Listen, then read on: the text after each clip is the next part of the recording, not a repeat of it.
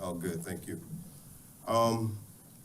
Adoption of the agenda. Everyone had the opportunity to look over the agenda?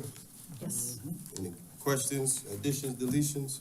If I not, move we adopt the agenda as presented. Second. properly made and second, all in favor of adopting the agenda, signify by raising your hand. Move to re-adopt the agenda. Item number 5, approval of our minutes, November 17th. Everyone had the opportunity to review those minutes. Shows that everyone is here. So I have someone to make a motion. I would just note that I wasn't here on the 17th in the minutes. Say that I was. Okay. All right, well, we can still have enough to adopt it. Yeah. Well, with that correction, I get someone to, I move that we approve the amendments with the noted correction. okay. It's been properly made and second. All in favor? Those minutes have been adopted. Public comments. Just note that we have anyone that would like to speak on any one of these applicants, you have up to 3 minutes.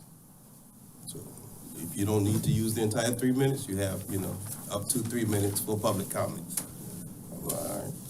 All right. Next item on our agenda is item number 6. The Pulte Home Company is requesting, Pulte Home Company, my corrections, is requesting a variance to construct a non-residential structure within the required 100 feet setback. Is he here? He or she? You guys can come forward and let us know what it is that you're requesting.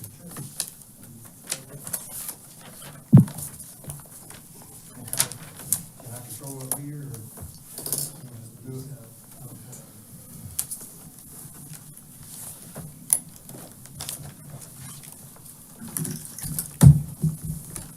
While he's doing that, good evening. I'm John Paul Moore with Thomas and Hutton on behalf of the applicant Pulte.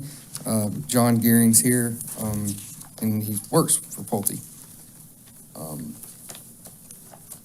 Hopefully they can pull this up here so we can go through it.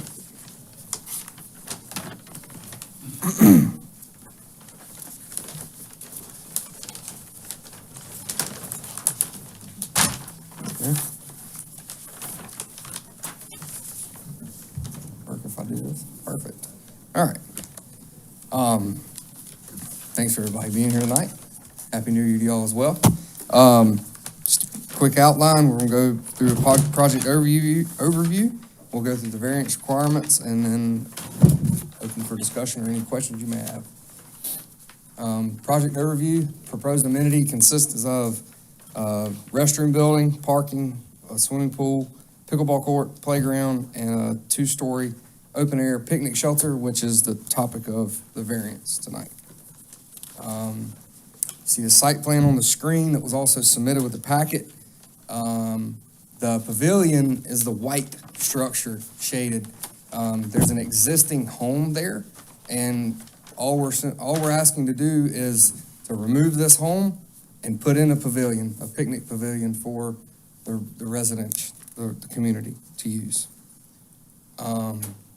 Here's the front view of that home. As you can see, there's a very large oak tree in front. There's a side view. It's got a 65-inch live oak beside the home. So I don't know if you want me to read all these. No. We've read it. But if you have any questions, I know staff kind of disagreed with basically everything we presented, and kind of opposed what we said. I don't know if you want to look at anything specifically, but we want to build it back where the current house is so that we don't impact any trees, we don't impact the archaeological site that's there, and to provide this structure for the residents to use.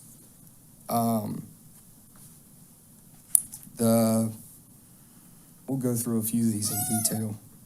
I know one of the ones the owner, Pulte, they did not create the situation. I know that was one of the things that was kind of said in the staff report. They didn't build this house. This house has been there for many years. And they want to just tear this one down, and is this not really conducive to use for the residents? Yes, ma'am? I have a question that on your original, development agreement, you showed the amenities in a different location and that you didn't put them there. So this is the change from what your original agreement was with the county. Correct, and I'll let John speak to that a little bit. Yes, hey, John Gehring here, thank you for having us tonight. That is correct, we had an original plan, that plan was part of the PUD. I held an actual meeting, February 11th, 2020, with, I think we presented to staff previously during the phase one while we were going through the permitting status for phase one, and then a following meeting happened in February 11th, 2020, here at Greenway. We thought it was in the best interest for the residents to add a gate to the community. So what we did is we added a gate, and adding gates to it, we lost lots. And then we showed an overall plan, the master plan, and showed that there was a green space kind of neutralized in the center of the community. And we asked if we could go ahead and just focus on having the amenity in that one spot, because there was another amenity location, which is the one we're speaking of now, just adjacent to the river. In doing so, we did get approval by doing that, and we have the meeting minutes for that, and we also presented the revised master plan along with the amenity. I mean, there've been some tweaks with it based on finding out surveyed things with existing trees, but we showed the amenity plan, and that's when we also talked about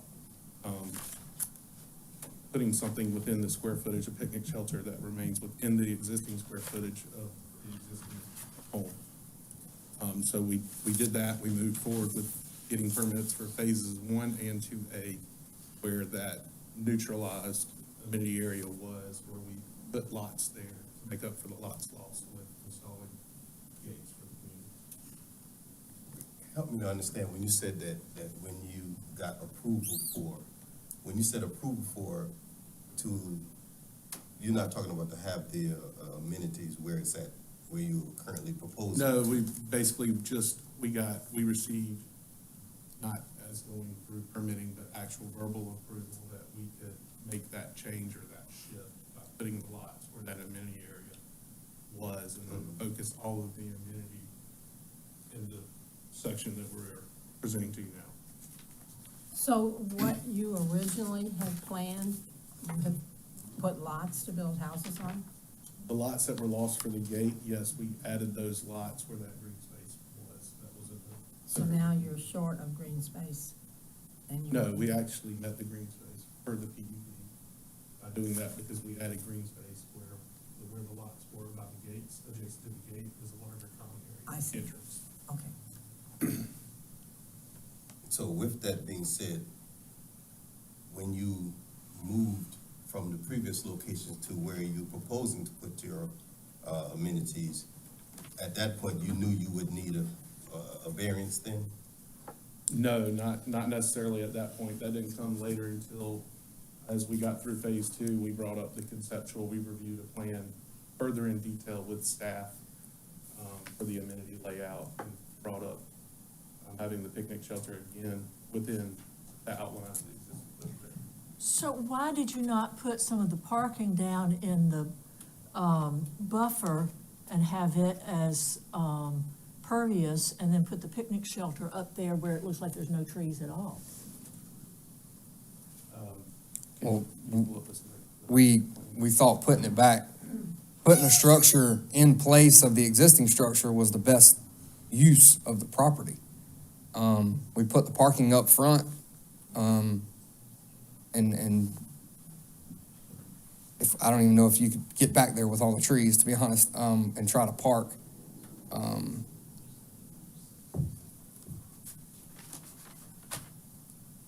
So the picnic shelter, we never had an idea of putting the picnic shelter in that neutralized green space. That was gonna be an open green space.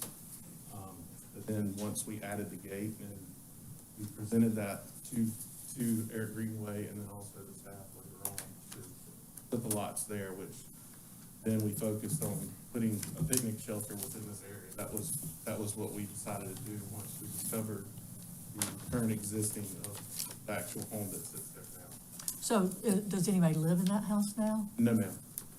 It was occupied, now it's not, Yeah, it was right? occupied during phase one, and then they left once we purchased the land. Someone was living there for free.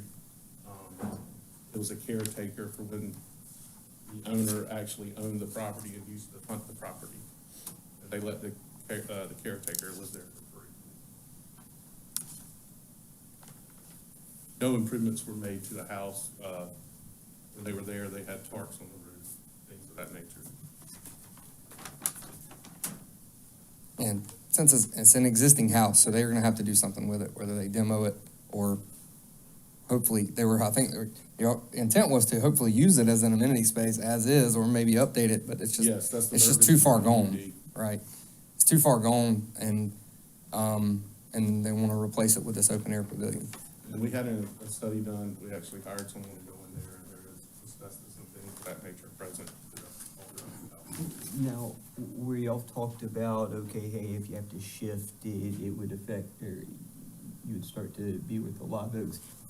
On that overlay, the little yellow space kind of, right down, what is that in the center space behind, the pool? Is that where? Oh, you're talking about the Yeah, little wh- lane looking Yeah, outline, the what is, rectangle? yeah. That's gonna be a emergency vehicle access lane for the fire truck. So we've had coordination with the fire marshal, and then we also, there's coordination, and it's in the archaeological second study that was done, that was required, that can be done, and it's not going to disturb. Basically gonna bridge the archaeological site with geogrid and preserve it in place. Anywhere we're filling dirt and we can't fill it by much. If you read the study, it's like less than 6 inches, I think is the most we can do. 3 inches. 3 inches, thank you. Thank you. Any more questions for the applicant? Thank you. We'll hear from the county.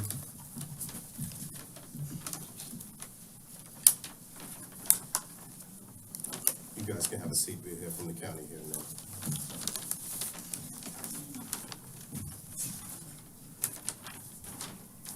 And I wanted to note, and I before the county, if this follows the old ordinance as written in the PUD, if we were under the new ordinance, the new county ordinance, this would be in the transitional zone, and this picnic shelter would be allowed. Why is that? 100 feet is a non-residential structure. It's a picnic shelter. It's a non-residential structure, not limited to the old ordinance. You can look at it. Right, the old ordinance. It's 100 feet.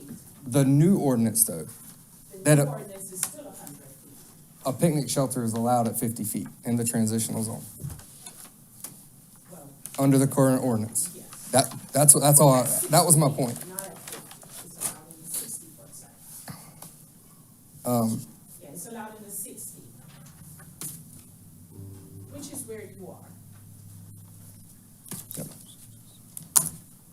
Any other questions? Yes, sir, I have one. Absolutely. You referenced that 99 code, but you didn't purchase the property till January 6, 2021. Correct. So you knew the existing code at that time. Absolutely. Okay. Absolutely. Yeah, not disagreeing with that. I was just wanting to make it a point that it Okay. would be. Thank you.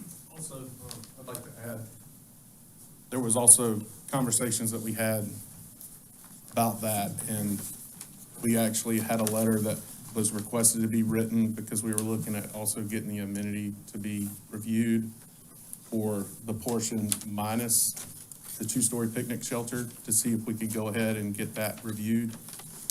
And there was coordination with Eric Greenway as well with that on exactly what we needed to, what we were asking for, and we did do that. However, this did bring up some other questions, and another thing that I would like to note is if we were to move forward with this, one of the things that is also beneficial is that it's less impervious area, because the intent right now of the buffers in the code is to protect our waterways and our marshes, such as this river. So if we were to move forward with that, it's less impervious area, which we discussed with staff when we were going over it conceptually. And then the other thing is that we would also direct or convey any runoff off of the roof of the picnic shelter, which is just a roof and it's screened-in porches, to convey that water away from the river. So it's less impervious area, and we would do that along with planting some vegetation to help with existing runoff that comes off the site that's not there at present. Thank you. And you guys read my, and, when they came for they didn't come for the PUD approval, someone else did. And it was, and on their master plan, the Malind Bluff master plan, it shows 100-foot buffer. And, the house was there, and we told them, well, they said they were gonna use the house as the amenity area. And we were fine with that, because it would stay right where it is. When they came in and said they wanted to tear the house down and put the amenity, we said, no. The grandfathering is gone, you have to meet the setbacks. And really, that's why we're here now. And then they got caught up in the archaeological studies and all that stuff, and so here we are. Staff is always gonna recommend this approval. So, we don't think they have shown hardship. Any questions? So as long as that building is there, And grandfathered in, yes, so if they were to tear that building down and build back into that same footprint, because they're It's not in the- building a house. They're building a non-residential structure that has to be 50 feet, 100 feet from the critical line. thank you, ma'am.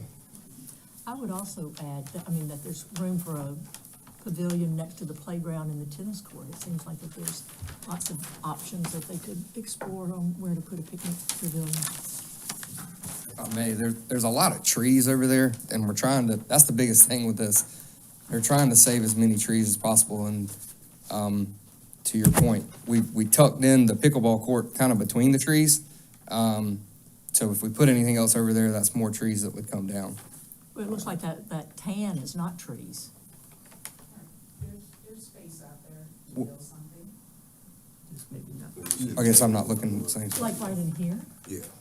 closer to the road. Well, right there between the playground and right there where that tan is. Where the lots are? The parking area? No, it's not lots, it's between the lots and the playground. Seems like a parking area here she's referring to. It's not a parking area, there's nothing there. Which There's a town are you path. talking about? Right there, right there, right there. Right there. Yeah, I think they were just trying to push it away from the lots. The biggest thing, they don't want to put a structure that close to the lot. So the intent of the picnic shelter is to obviously have someone for them to sit in a rocking chair or be at a picnic table and capture the view of the river. It's in the best interest for our community. However, if we were to move it in that location, that really goes away with the large oaks and everything that we have.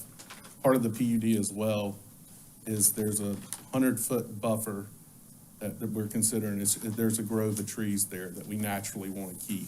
And then in the center, there's a 90-inch oak that's absolutely beautiful, that obviously we want to stay away from that. The location of the pool's based on, that is the only centered green space that we have for that. And to be honest, it's going to be an interesting amenity, because I think it's the first amenity we ever had that has a lot of shade. Probably going to be cold at the pool. But You could also twist that and have room for the pavilion in that area too. I don't see a hardship. well, technically, the hardship when we were talking about this with staff was if it can't go here, then we're going to have to slide it back. And then we would probably have to revisit this to have a variance to take out a large specimen tree. Revisit as a variance for what? I mean, do you have to apply for a variance if you take out a The brand specimen tree? You just going to pay for them and map them out. Okay. Well, the ultimate goal throughout this project was to save as many trees as we could. We do want to. I'm thinking with careful site plan, why do we need all this parking? This is for the guests, the people, not the guests, the people who lives in the subdivision. Correct. For some of this parking, they can walk to the park. It's a good point. Yeah, I think after careful consideration and revisiting and looking at this, I think we could possibly, or you guys could possibly make it happen without the variance. I mean, I don't know how many, what other options have you guys explored? Right. But Prior to the coming main before us. thing that caught us off guard when we were going through this conceptually was, yes, there's a house there. The house is not safe. It's got asbestos. It's really a blockage. There's no really use for it. So you're gonna tear it down? So if we were to tear it down, obviously that is the best place for a picnic shelter. And the statement did come up that about it would need to be 100 feet out because it's no longer a single-family residence. Now, we were required to put a bathroom in it because of the usage, or basically we had to do that per code. I'm not an engineer anymore. I don't remember what it was, but we did receive that feedback in talking with DHEC and the county. One thing that caught me off guard was the actual use. It was not being single family and kind of being considered as commercial. And the whole use of it is just for viewing and to have, just like passive park, green space, having picnics. The only difference is it is a structure that's screened in. Well, couldn't you swap the playground? Would you have to, could the playground go where the house was? And then the structure go with? Again, that 100-foot buffer is where a lot of those groves of trees are, so then we're not able to capture the view. And our overall thought was, we're obviously doing a better job of protecting the waters by replacing this single-family building. And then she does make a point about, it doesn't say anywhere in the PUD that you can't tear it down. And it also doesn't say that it would no longer be grandfathered in. So then it's like, the whole thought of this is, okay, well then if we are gonna try and use it, what if we try and renovate it? Because we've got to do some sort of renovation because there's a ton of asbestos in it. So in doing that, how much can we actually renovate? I mean, it's all about the use. If it's remained the way it is, it's a use with just a full-on house.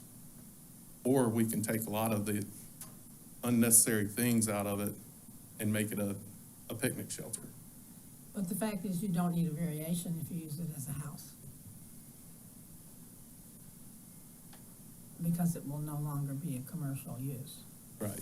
And again, this is for the residents, obviously, but I understand what you're saying. So if we were to go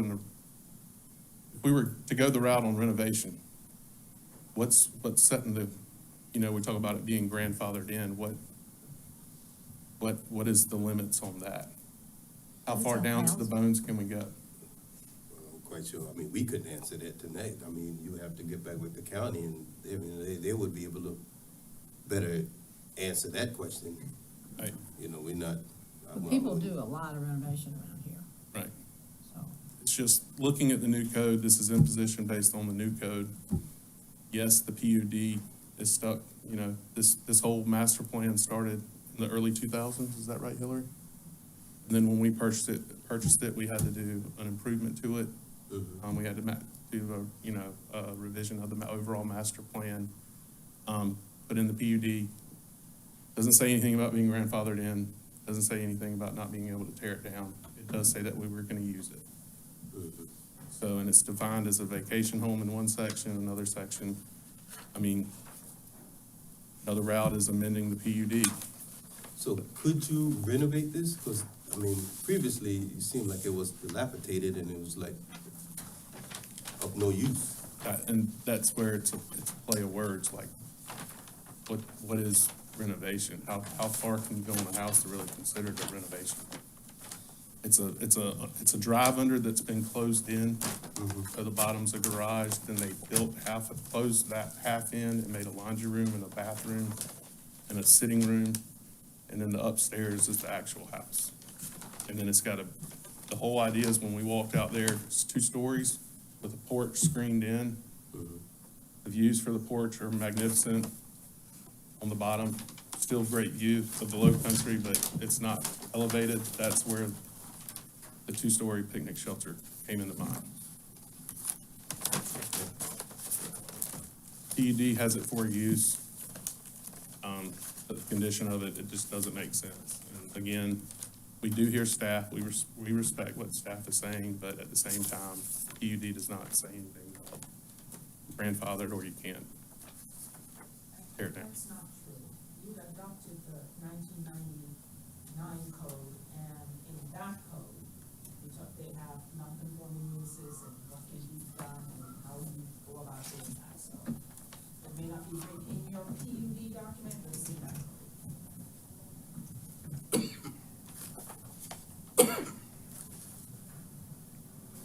All right. Any more questions? Are you finished? Yes, sir. Thank you, sir. Well, we have heard from the applicant as well as the county. At this point, yes, thank you. We close that portion. Is there any public comment for this item? And, is this David? 6-7, David Trail?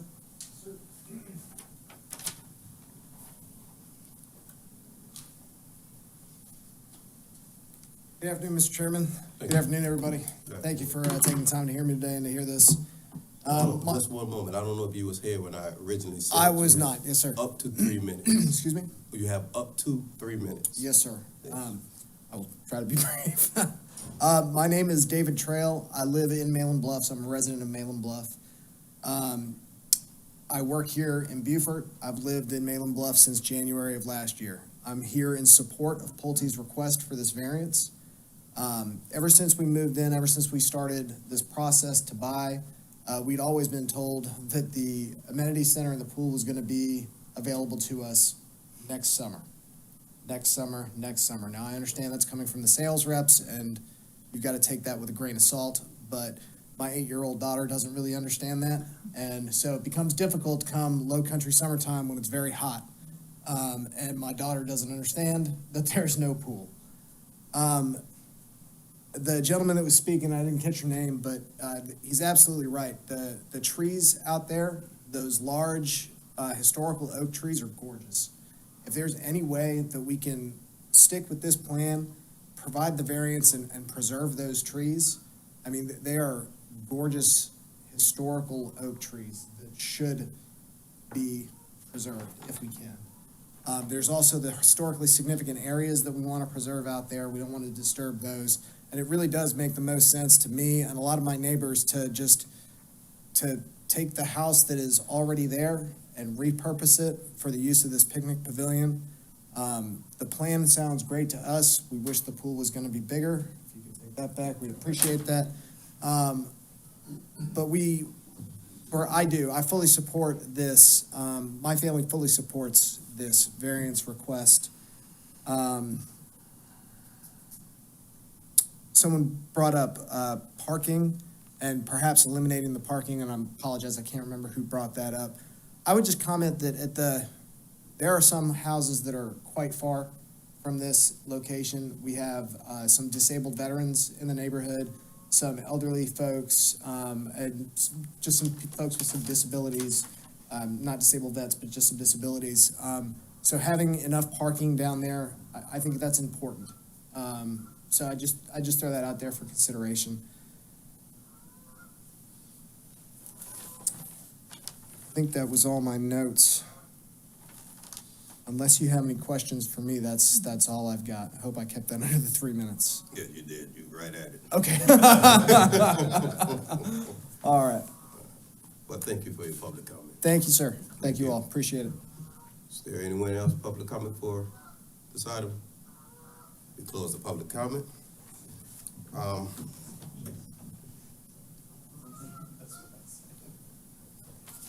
Well, ladies, gentlemen, I guess at this point, there's a decision that has to be made.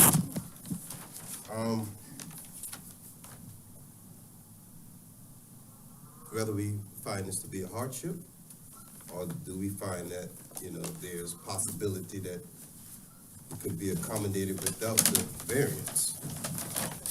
So, what's the pleasure? I move that we deny the variance, that there seems to be plenty of room to rework the design to include all the required or desired items outside of the 100-foot setback. Oh, second. So it's a motion on the floor to deny the variance. And it's been properly made and second. All in favor of denying the variance, just signify by raising your hand. So it's unanimous, it's been denied. So, guess you can get back with the cabinet and kind of let you guys know where to go from this point.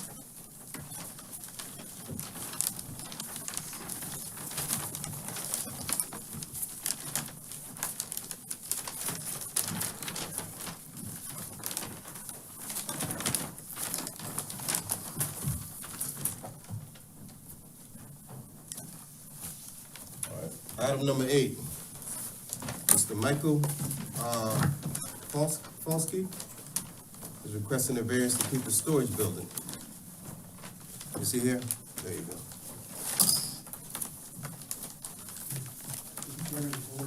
Do you have photos of this? Yeah, we do have one photo. Well, let me give you some, I got. Appreciate you here tonight. So yeah, in my statement letter that you have in your packet, I'm not denying any responsibility or failure as far as, this building was put in, as far as permitting and setbacks and things, it was put in during construction of my home. I had a builder, I assumed all the permits were there. During construction of my home, over an 18-month period of time, I don't know how many times the inspector comes out, half a dozen times maybe. And the building was never an issue, was never brought up. Setback during construction, the slab was poured, we did the driveway, we did the foundation. So 18 months, I hadn't heard anything, and then now it's 2 years. In 2 years, this building's been there with no issues. The code officer come and made me aware that there was an issue that someone on the board reported the building. My first response was, well, what do I need to do? And said, fine, I need to pay, make it right, whatever I need to do. So I'm here.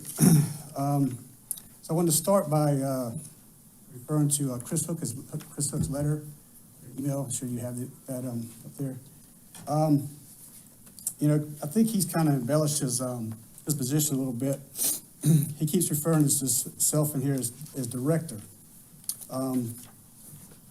He is not director. His title is treasurer for our board. He's like a treasurer. And the duties, I have a copy of our articles here, and his duties is to retain the votes of members and the board, keep appropriate records of members, associations together with their addresses who are entitled to vote, and transcribe.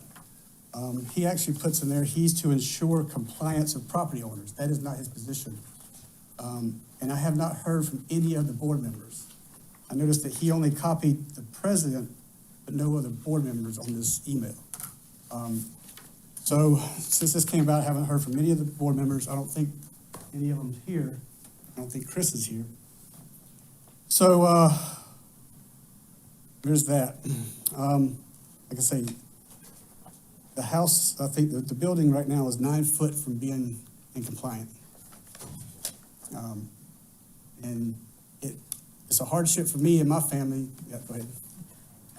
Who erected the building? I did. I had a company come in and put the building up during construction of the home. But not the contractor of the? No, not the contractor of the home, right? Yep.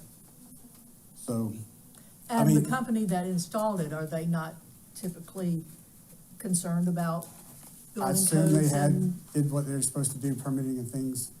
I'm not a contractor. Like I say, you know, in that letter I sent, you know, provided you guys, you know, put in their statement, I don't deny that things weren't done right. But it's been 2 years. And we're talking and this is not just a building that can be just picked up and moved. It's on a 6-inch concrete slab, it's bolted down. And it would be a financial hardship for us to move it 9 feet. Have no complaints over the last 2 years, and actually the building is up against a property that's not on the same side as Mr. Hook's. It's on another property owner's border, and he's here tonight, and he actually wrote a letter to the board. So, do you have any questions for me? I mean, Mr. Foskey, does your POA have an ARB? they do. Do they have setbacks within the? They refer to the county. They refer to the county? And during the construction process of 18 months and 2 years since then, I've had no issues with the ARB. Did you apply for approval of this structure with the ARB? Everything was done during construction. And the privacy fence also, we have a privacy fence that's around it. You said you applied for approval to the ARB? Do you have a letter of that? I don't have it. Also with the privacy fence also. Well, their approval process is send us a photo of what you want to do, email it, and, you know, there's no actual hearing or anything like that. So long as it's in compliance with the county? It meets the color process, you know, it was white with black trim to match our house. So that was the only really requirement, that it matches our home. Yeah, because normally even if you're your own contractor with the county, you still would have to come and get a permit to Oh, I construct understand that. something like that right there, so.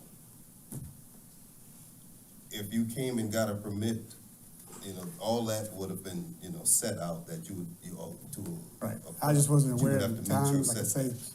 I was living in a camper on the property, I had a contractor. Everything was being built at the same time during COVID. Yeah, and I noticed that you got Todd Stone as your contractor, and if he But he had anything to did, do with it, if he built the house and obviously not the shed in the back, I mean, he's aware of it as well. I mean, I didn't know why didn't he? I assumed everything was permitted, but Todd wouldn't have permitted the shed if he was not responsible for it. I don't know.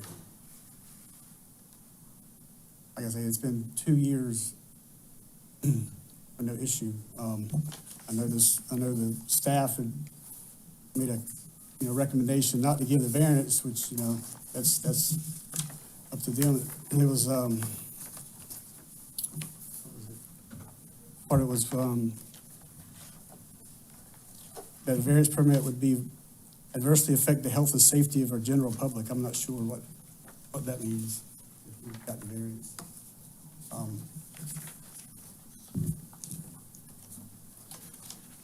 And what concerns me is 2 years later, this came forth, you know.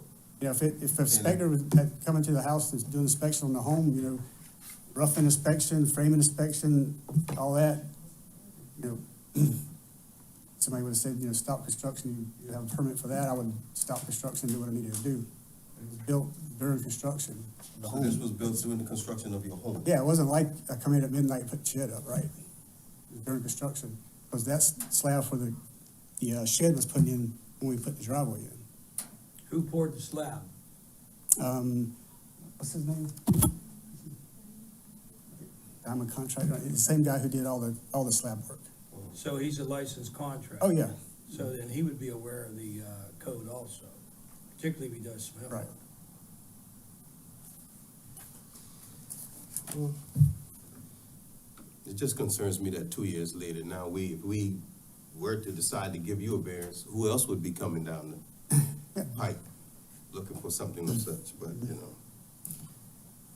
Yeah, I understand that. I understand too, you know, there's a comment made that it set a precedence. I think also too, it may set a precedence that if there's some board member that has issues with someone in their community, they can come back years later and, you know, do things that, you know, report somebody for whatever, whether it was right or wrong, but I say for 2 years, I've had no complaints. All right. Any questions for the applicant? Thank you, sir. Would the county like to speak?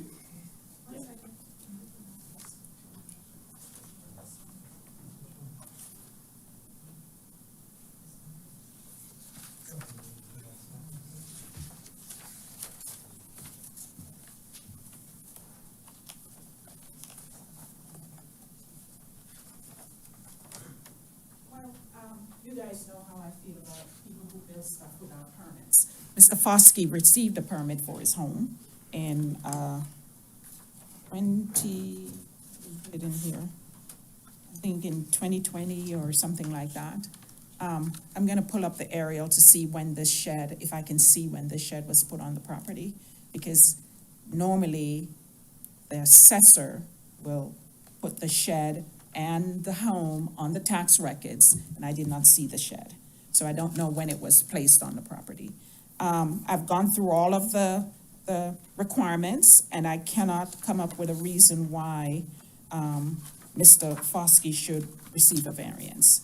It's in his own application, it's all about, it's gonna cost me too much, and he is 1 foot, well, not even 1 foot, he's 1.9 feet from the property line, and this thing, how big is your shed, sir? Say again? 12 by 20. 100 square feet? This says it's 12 by 25, I believe, or 26. So, I mean, he needed a building permit, because it's more than, I think, 200 square feet. And, so, I mean, I just can't come up with justifications for a variance. So if he can convince you, then. So they applied for a permit. For the house. 11/10/22 for the shed, For the house. Oh, for the shed. I don't know how, I think codes enforcement went out. I don't know who called, and that's when he came in. Okay, and he's listed Stone Construction as a contractor on this permit for the shed. Okay. Am I correct? He was a contractor for the construction of the home. But not the shed. Yeah, apparently, yes. Well, why is he listed on here then? He signed for that, because the code enforcement comes in, you need a permit for the shed. So I went back and tried Stone, and I said, you need another permit. Apparently, we had permit for the shed, and he signed the permit, he signed it. Who actually built the shed? It was a company out of North Carolina, Cardinal Construction, I call it, they came and built the shed. Do you have paperwork for that, or? I don't have it. Mr. Foskey, do you carry any licensure? Not sure what, Any licensure? License? License.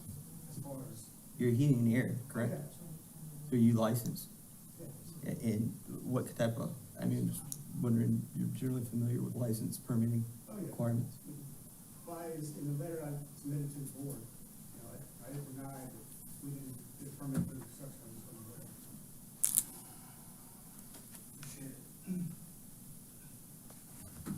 Yeah, so it looked like the shed showed up in 2021.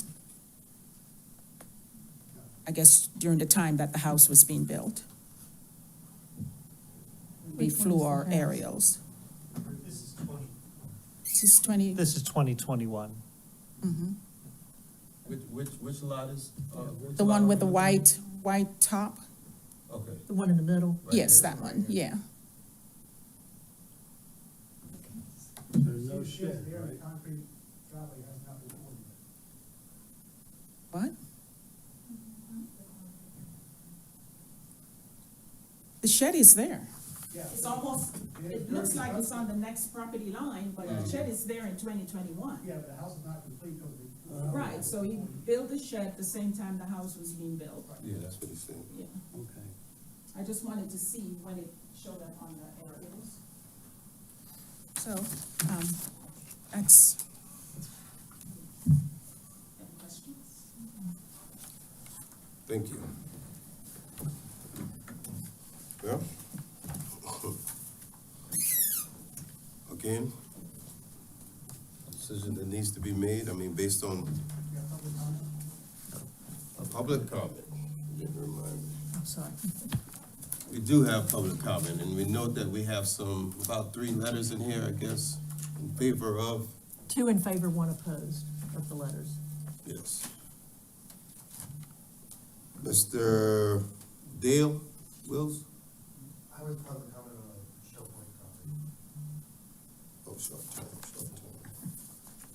On behalf of Greg? Evening. Thank you all. My name is Greg Felver. I live about 3 doors down at 28 Stuart Street. I think I really have a question. Does it pose a safety concern? Because the way I look at it is, I realize that it's a little bit too close to the property line, but as a business owner that travels the roads in Beaufort County every day, so are hundreds of others.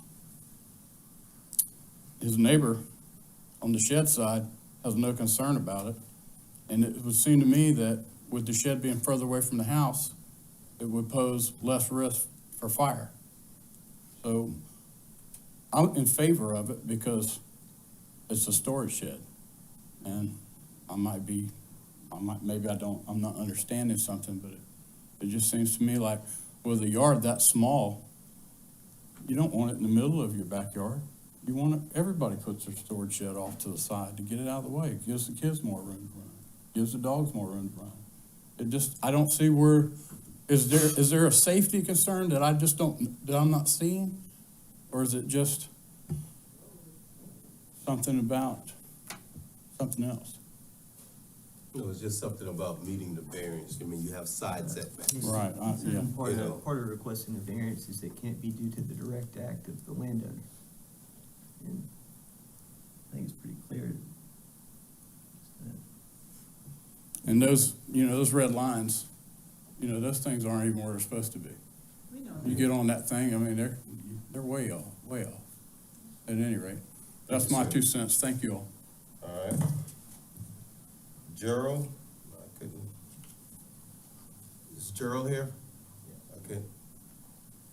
Guess you can help me, whatever that last name is.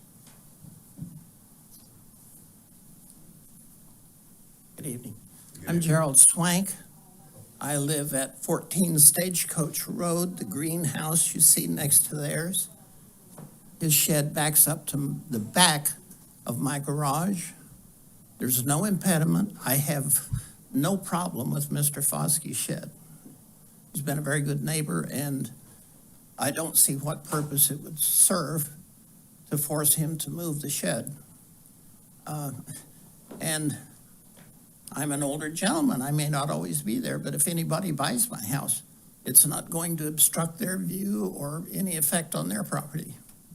It faces the backside of my garage and constitutes no problem at all for me. Thank you. Sir. Thank you. Mike Foskey? Mike?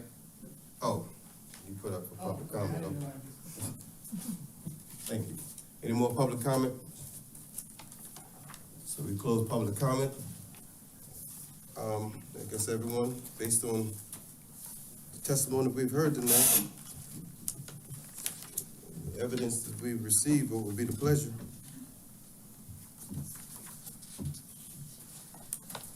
I just am questioning with what he says, why didn't someone notice this during construction, that, as opposed to now, and the fact that it exists, it wasn't done in malice or intent to avoid the code, that maybe a variance is a variance, that we should consider it. I mean, to me, the only concern is the precedent. And is this precedent, when it was built with the construction, while things were permitted? But we also have the extraordinary and exceptional conditions referred to in subsection 7, blah, blah, blah, above are not the results of the actions of the landowner. And that would be my concern, with it, I think that, I recognize the 2-year part, but it doesn't seem like there was an awareness to even come and get a permit when it was needed, and it feels like on the backyard, it could still be moved to not be exactly positioned, where it would. And so I would have a problem because it is a direct act of the landowner.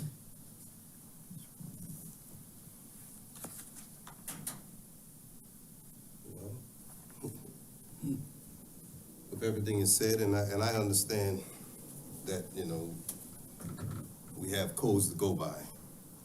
And, this is not an act of, you know, this is an act of the landowner, you know.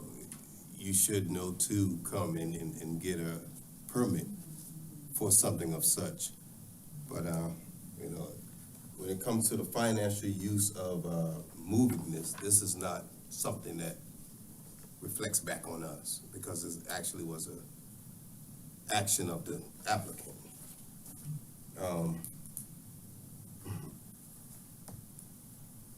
However, I kind of look back on the other side as well, you know. Chairman, If you would come up so we can, just, you know, when you're talking about hardship, it's not a few $100s.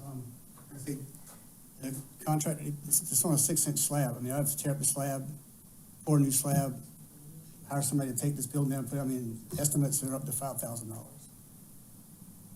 so obviously. To move it 9 feet. Mhm. So, Unfortunately, financial's not one of the hardships that we have to. He had mentioned when he first got up and talked about a fine of some sort. Is that ever an option? A fine? Mhm. I don't know if we do fines. I'm not aware of any kind of I'm not finding. fair. Don't they double the cost of the building permit when they catch you, and you didn't build something on a permit? I don't know. Hillary? I don't know. I mean, if you guys don't give him the variance, then the code enforcement is gonna tell him to take it down, and then if he doesn't, it'll go to court, and it goes from there. Mhm. Or if you deny him, he can appeal it, and then, it takes that form, so. But if we grant the Fine right variance, now. if we grant the variance, then he has to pay for a permit, correct? Yeah, $25, yes. You don't double that? Well, if he comes 1 February, it's gonna be 50. I bet he'll like that. Beat 5,000, huh? Yeah. So, and I guess building codes is gonna have to show the structural and all that stuff, so, I don't know. This is not a shed, this is a structure. If it's pinned down on this So concrete and all that stuff, it's not, a shed is normally something you just pick up, move it over, put it on Yeah. some blocks, and this is a structure. But let me ask you a question. Was this engineered, when you purchased these sheds from these different companies like that? It's, you go on their website. Could you come up to the mic, or we need to have your, 300 square foot shed. mhm. Go on their website and you design it, Yeah, and they build it to your design. So, but isn't it engineered from wherever the company that you, do they send you an engineered specs? I don't remember. You don't remember? Yeah, I say they every- only send you a kit. Well, And because everything. we are kind of in They the came- process of doing the same thing, and They came out and built everything on it. But when the people that built it, are they the people that installed it? Yes. And if I'm correct, don't they have a disclaimer in there that you're responsible to pull building permits and everything else to And they comply? have, I don't remember. It's been 2 like I said, it's been 2 years, Okay. plus 18 months during construction. all right. Guess we've heard it from the county and the applicant. Someone would like to put a motion on the floor? Well, as much as I hate to, I think we need to deny the variance. Obviously, a permit wasn't pulled, it's in violation of the setbacks. I feel bad for the homeowner, but if we start doing this stuff, it's just gonna snowball. And we've certainly turned many other people down in the same situation. So there's a motion on the floor to deny the, I'd second. so it's been properly made and second. All in favor of denying the, variance, signify by raising your hand. And opposed, shows that the variance has been denied. So you can follow with the county from this point on. Next item on the agenda, Christopher, what's that, Scotto?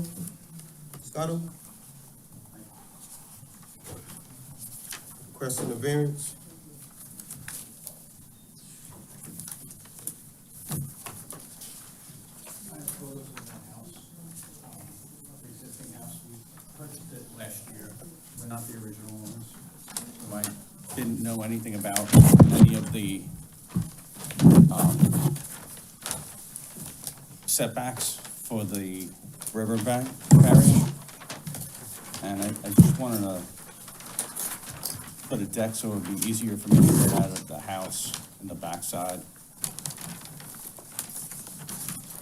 We don't want to by any way, shape, or form destroy any of the land behind us. We just want to build a raised deck to the side of where the door is from the screen house and extend it over 3 feet shorter than where the garage is.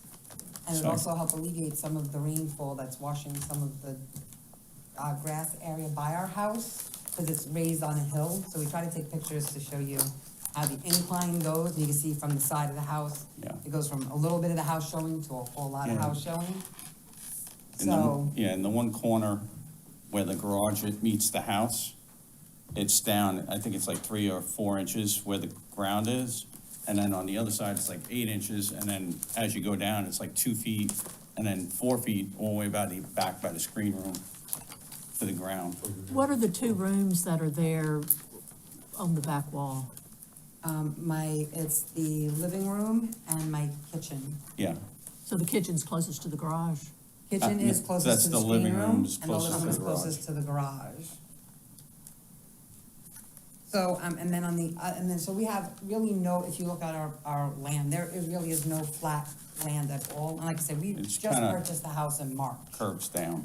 And, we only have 10 feet on the other side of the house, so there really is nowhere for, him to even sit outside or, we love looking at the marsh in the back. We enjoy our land. We don't wanna change it at all. We just want somebody to be able to sit and enjoy it and have a family barbecue or do something. And there is nothing there around the house to do that. You have a Did- screen porch there right now, don't you? Yes, sir, we It's- do have a screen porch. It's small. It's a very small screen porch. It's like 10, not even 10 by 10. It's 10 by 12, Thank you. Oh, is it? according to the surveyor.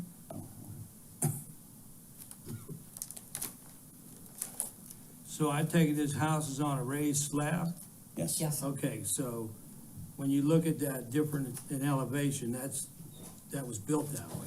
Yes, Yes, It's sir. not caused by erosion. Well, part of it is if you take a look closer to the house itself, you see where the concrete block, you can actually see where it's divoting in right by the house. You can see, I don't know if I got some of the green meshing that was in the dirt. Yeah, they You put can also see like a mesh towards, down, it's all exposed. right outside the slab by the stairs coming down. So, and he recently had he had total knee surgery 2 years ago, and he is claimed disabled because he doesn't have full function of his knee. And the second one just last So, year. as opposed to going down the stairs and then going to a piece of decking that we could make shorter, we thought it would be just easier to come out. And we didn't want the stairs to go down by the marsh, we wanted to put the stairs to the side. I was just gonna By have all means, we stairs didn't all the way want up by the to wreck the property garage. at all. We love seeing the marsh in the back. We love the big trees, and there are no trees in that area. It was just having somewhere to be able to sit and enjoy our house. So is the view for the marsh from the steps out or from the screen porch out? It's from the screen porch out. Okay. Screen porch and Yeah. the steps, you can sort of Well, see you straight could, down. you know, you No, stand I on the mean, steps, you can look that The way. marsh is behind the house. Yes, The marsh is yes, the sir. whole back of the house. I've enjoyed many beautiful sunrises. Yeah. sunsets. But we were not aware that our screen and porch was even in that section until we came to file permit to do Yeah. a deck. Well, at least you were getting a permit. We did wanna make sure, I mean, Well, we yeah. tried that part unfortunately, but we really just wanted somewhere to sit and enjoy, you know, our kids, our grandkids, and Now, have a barbecue. I have nowhere on my property that I can put a barbecue that's level at all anywhere in my yard. I mean, are y'all planning on putting a door in the wall to go No, out? just coming right I out just of the wanna come screen straight out room. of the screen room, right right onto the onto it. deck. As I said, I love my home, I didn't wanna change it, I just wanted really somewhere to put a barbecue. I brought my table from New York, I haven't been able to use it, because I have nowhere in my yard that's leveled or anywhere to put it. So we just figured that was the easiest way to go, was having it come from there. To put a door would require, a large renovation to be Yeah, done. Yeah. Now, could you go on the other side of? I only have 10 feet on the other side of my house, Yeah, the other and side somebody there's just no- bought that property recently. Yeah. So I really am limited But you could go to where I can put, here, That's my thought. because you could still see the marsh this way. Mhm. I can go, I'm sorry. On the other side, out, you're saying that's only, I mean, that's You could go on the 22 feet. it the appears. northeast side of the house. You Yeah. could Hold go. on, let me just take a look at what you're looking at. You're gonna ask me to spin me turn on this, I'm honest. The northeast side here, that, Yeah, if you went from the screen porch towards lot 8. that gets it really close. That's actually opposite side of where the door is.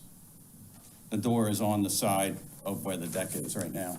Yeah, but Out. putting a door in a screen porch is not a big deal. Do we have to rechange the whole screened porch then? No, you would just frame it and put a door in. It's framed, Right, but I mean, you so we'd got, have to take all the framing down and reframe it is what I'm. We would have to have the Another edit. screen, two walls redone on the screen room. Can I make a suggestion? Yes, ma'am. You might have a lopsided deck, but. She probably getting ready to go where I was thinking. Huh? You're probably getting ready to go where I was thinking. Okay. You run the deck at the 50. You can have it come out, but then you just Angle it. slant it off. at the I'm okay 50. with angling it. If that has to be, like I said, we just wanted to make sure we did it, we were not looking That's why I to change came our to you guys. property at I all. wasn't thinking. That's why Oh, we that's all came, right. and when No, we came no to a couple worries. of times, we really did not want to just go and do anything, or, and like I said, we bought the house because we loved. The view. Having So a the deck, the Yeah. deck can be in the 50. Yes, the You deck just can be angle up to this. the 50, yes. Yeah, that would be easy, then they could just angle it up to, just take that. And Okay. would it require a variance?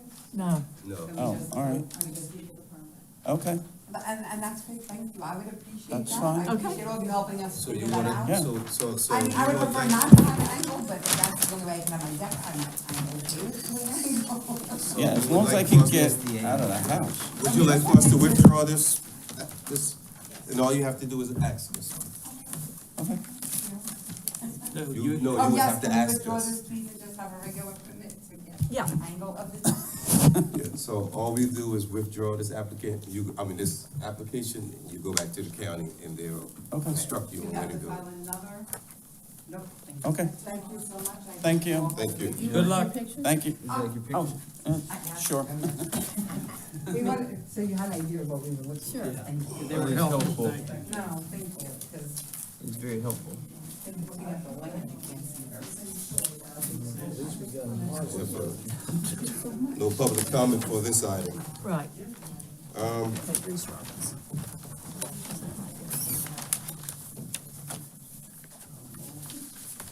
Item number 12, Mr. Reese Robertson is requesting a special use permit.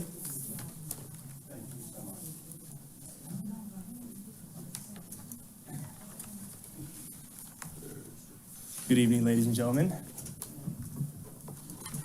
Good Good evening. evening.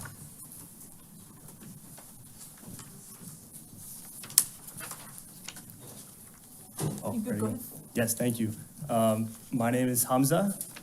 I'm representing, standing in for Reese Robertson.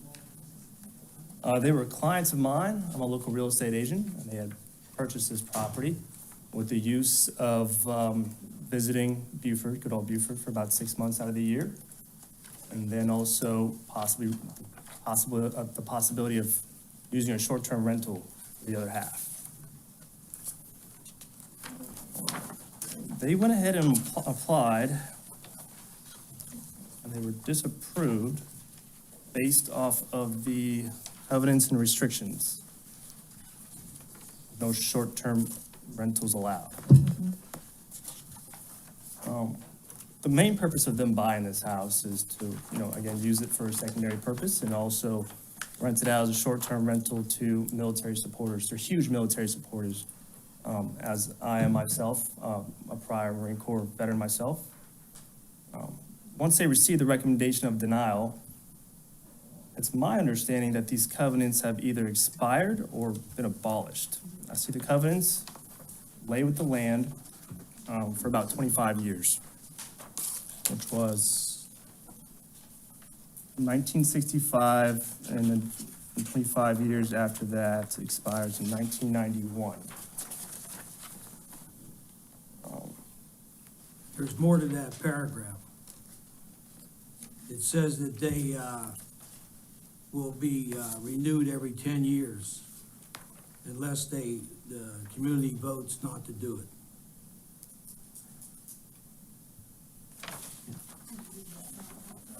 On paragraph 11, No, did they not abolish? I mean, are they still? We don't know. Place in that area?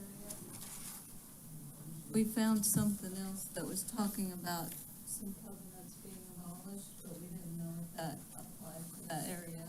Just because there was no HOA that was established in that area. I mean, if there would have been something, and, I mean, I haven't looked, but it would be in the record, you would think that if there was some vote of the community to abolish the covenants, then that would have been filed in the Register of Deeds. I would ask county if they were aware of any such I haven't filing. seen any, and I searched for these covenants before. Mhm. They have other shell points. yeah, we've been through this one. They're still active. And if they're still active, the way that we read the ordinance is we don't have any flex on this. That the covenants are above us, that we can't change the covenants. The covenants state that there's no short-term rental use allowed. They state residential use only. And short-term rental is a commercial use. Yeah. They could rent it long-term. They could rent it for 6 months. Or even 30 days or more. Yeah. So I'm not seeing the part about the 10 years unless, now these are very Paragraph small. 11. Paragraph 11? I'm just curious about the red one. No, 10. For a period of 20. Oh, no.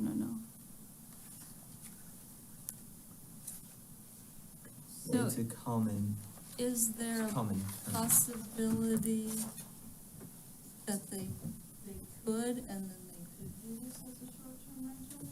Is that the only way that this property could be a short-term rental? If they revise the covenants, yeah. Under the, current ordinance, as it reads, the community would have to do away with the covenants. And how does that process work? I mean, would the neighbors have to ask? It's they consult your attorney.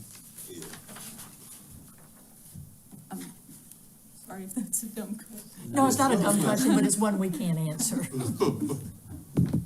Just because I thought, now I don't know, we did see somewhere where some covenants were abolished, but we're still unclear which lots, because we found something that showed lot 10 in covenants that are being abolished, but Shell Point is so big that we're not clear if that's the right area or not.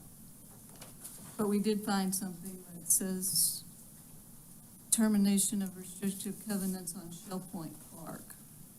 You have it? Shell Point Park. Sherman Park is a piece of property that's, I think, owned by the county. The park is the county. And I guess when the county got it as a park, that's not your lot. That's where confusion You can't use that to govern your law. And it says, I mean, the covenants say that you have to have a majority of the property owners to modify the covenants, so. So basically, that's your next step is if these owners in this community, if we've pulled this, block P, then if they hired an attorney and they want to do this, then we come back and have the same conversation. Well, then, yes. If you get rid of the covenants, yeah, then we would, I don't even think we'd be having this conversation. no, we Yeah, still, we- special use for For special short term, we use. still have to do That's it. Yeah. correct, that's true. But typically, special use, if there's not covenants, Is that the and only there's not other thing- issues, then it's that- not. And that is the only thing that's stopping this property for Correct. Yes, it being is. approved for that? And is there any exception above that, or We, because of covenants or above? Yeah. You're correct. And I will tell you that we've had other properties in this area, and the owners in Shell Point aren't in favor of short-term rentals, just to give you Well, a I've heads up. seen, I mean, I've seen some in that area. They're- Yeah, whether they're doing it, I don't know. These people did it the right way, they applied. right. Yes. And bonus Yes. points for that. So one or two things we can do.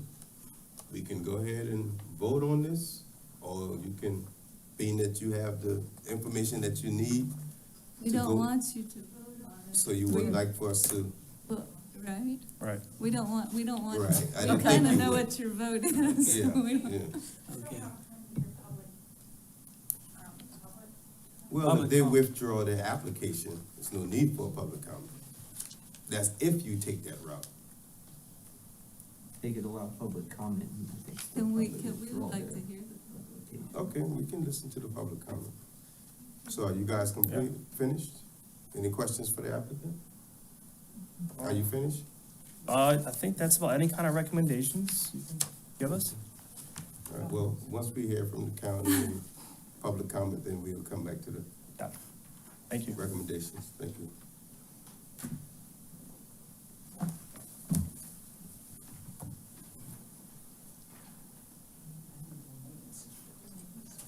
Well, because of these covenants and restrictions, I Mhm. can't recommend approval. We have turned down quite a few people in Shell Point, and you have to rally the neighborhood to get those covenants removed. So, I have to recommend disapproval. Thank you.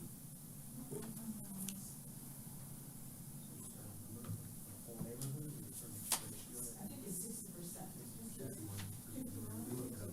What is it, 51? 61? It says a majority, so that would probably be Majority. 50 plus one.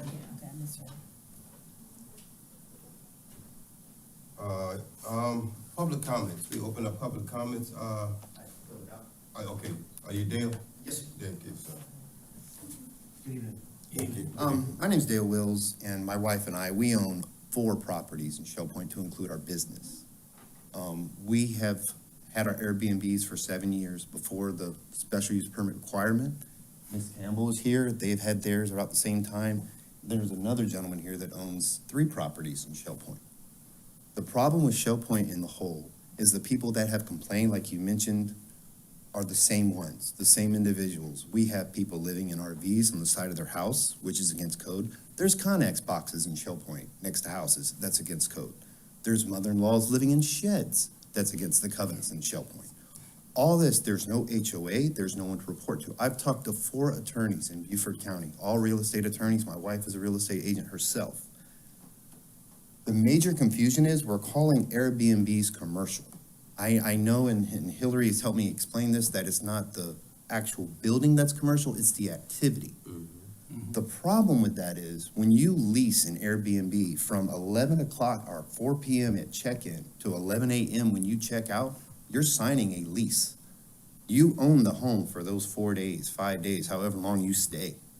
And then when you leave, that lease is no more, and then you rent to the next person.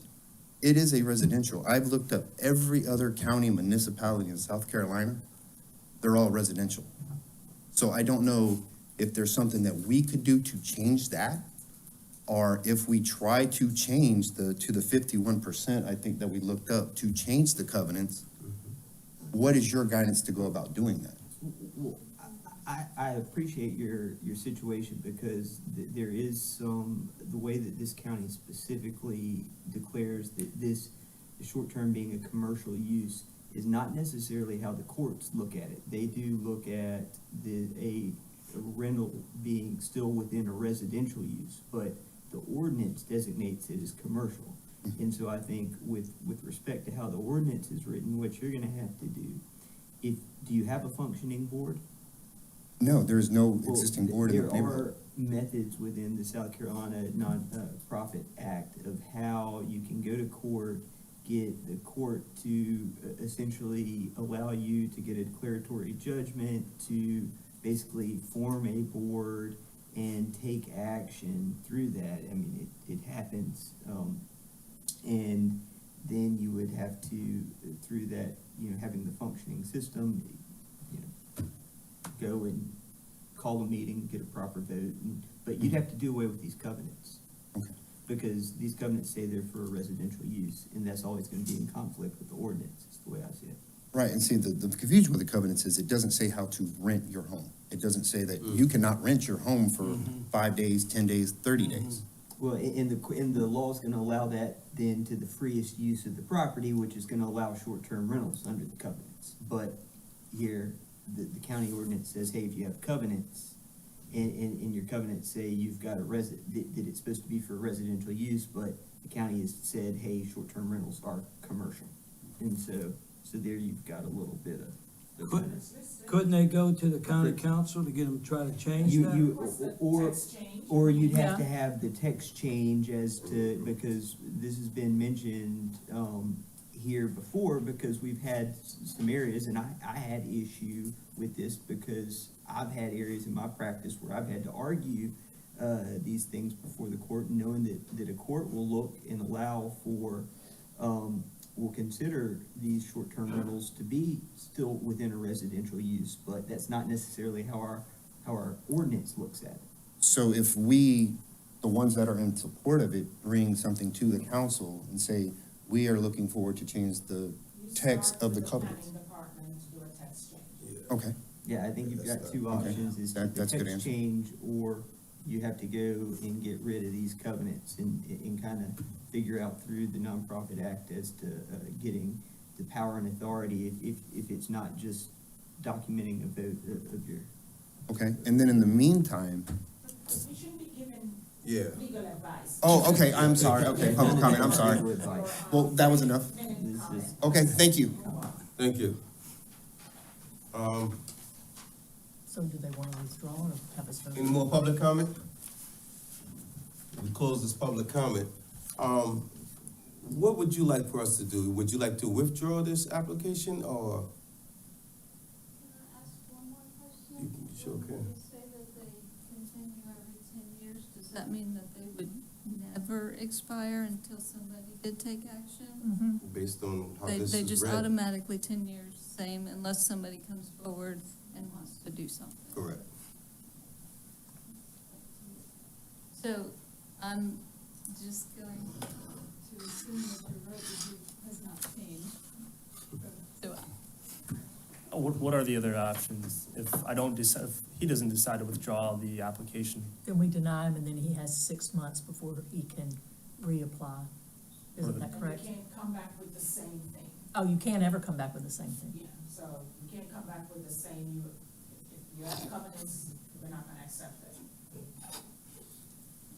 So you like Only this? one bite at the apple. I think we want to bite the apple in a different direction. So what would you like for us to do? I think we should withdraw the application. So that's what you are asking us to do, withdraw the application? Now, Yes. he's on behalf of these people. Right. Yeah, he's speaking in their behalf. So the question, all right, so we are being requested to withdraw your application right now. Yeah. Is what you would like Right, for us to do? yes. Thank you, sir. All right. Well, we will withdraw your application.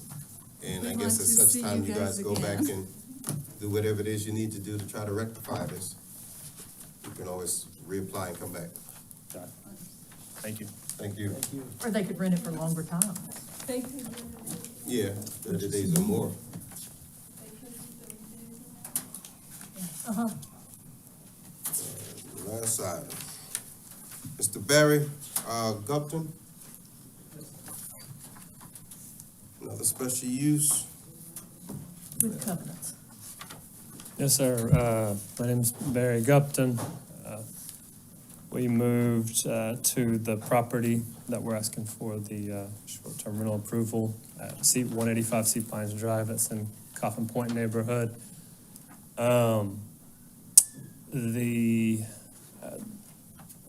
We became aware when we were purchasing the home that there was some controversy in Coffin Point about short-term rentals, and upon investigation on our covenants, we did not see anything that looked like it excluded short-term rentals, including that we have neighbors on all sides that have permits from the county to do short-term rentals.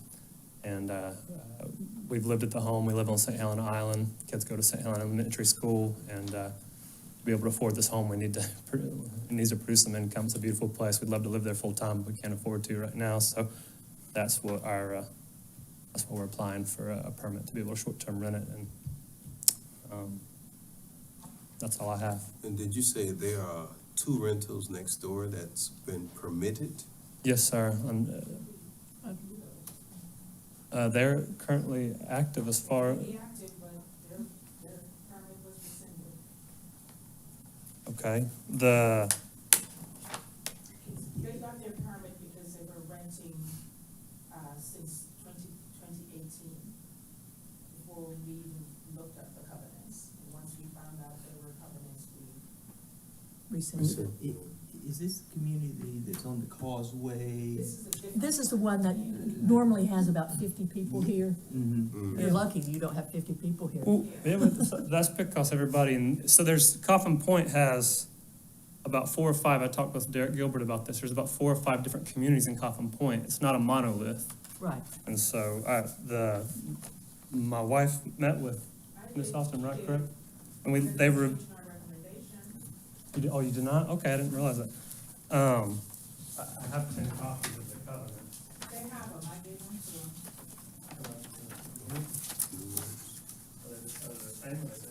No, I gave them the ones you gave me. I looked it up myself. And I found them. And it says that Residential. all tracts of land in Coffin Point Plantation shall be used for residential.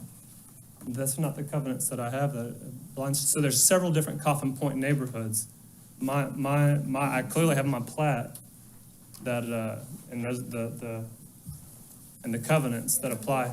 She read it, all lots, as above described, shall be known and described as residential lots. Right there, same thing, it's the same covenants. All lots as described shall be known and described as residential lots. No structure shall be erected, altered, placed, or permitted to remain in any residential building lot other than a single or double family dwelling, not to exceed 1.5 stories in height, private garage and 2 cars. No noxious or offensive trade shall be carried out upon any lot, thing done thereon which may become an annoyance or nuisance to the neighborhood. Okay, so The problem is in number 1. Hmm? The problem is in number 1. So it's not number 2, yeah, number 2. Shall be used for residential. Number 2, am I misreading number 2? It says no noxious or offensive trade or activity shall be carried out upon the lot. That doesn't matter. That doesn't matter, okay. So, It's the same thing that we told the people before you, that the covenants are a higher order than us. We can't give a variance that's in conflict with the covenants. And the covenants say that it has to be residential, and our ordinance says that short-term rental is commercial use. okay. So you could get up with the people from Shell Point and get the ordinance changed. Well, as far, yeah, okay, and these 48, we'll have to talk with these, there's not a mechanism in place to them in these covenants. But it's same thing that you said before. Yeah, okay, so there's a lot of lot in here, but we'll have to talk with the community members and see that, as far as I know, these 50 lots. And that might not be a 48 bad lots. idea to have a community meeting, because it seems like everyone trying to do the Airbnb in that Coffin Point area, so. Well, It there- might be something that you guys would want to explore, it's the majority. Yeah, well, there's 5 different, there's a HOA in Right. one part of Coffin Point. These 48 lots, there's no HOA, and as far as I know, everybody seems to be fine with it in our part, hence there's nobody here tonight, with the sign up and everything, but so we'll have to go and see if there's a mechanism in place where we'll have to explicitly say that short-term rentals are allowed. So based on what you've seen so far, what would you like for us to do with your application? Obviously withdraw it. So we will withdraw your application. Are there any public comment? No public comment, we close public comment. Old business, new business, adoption for chairman and vice chair, would we like to do that once we get a full board? All right, we wait on that. German, I move that we adjourn. properly made, second, all in favor? Ah. German.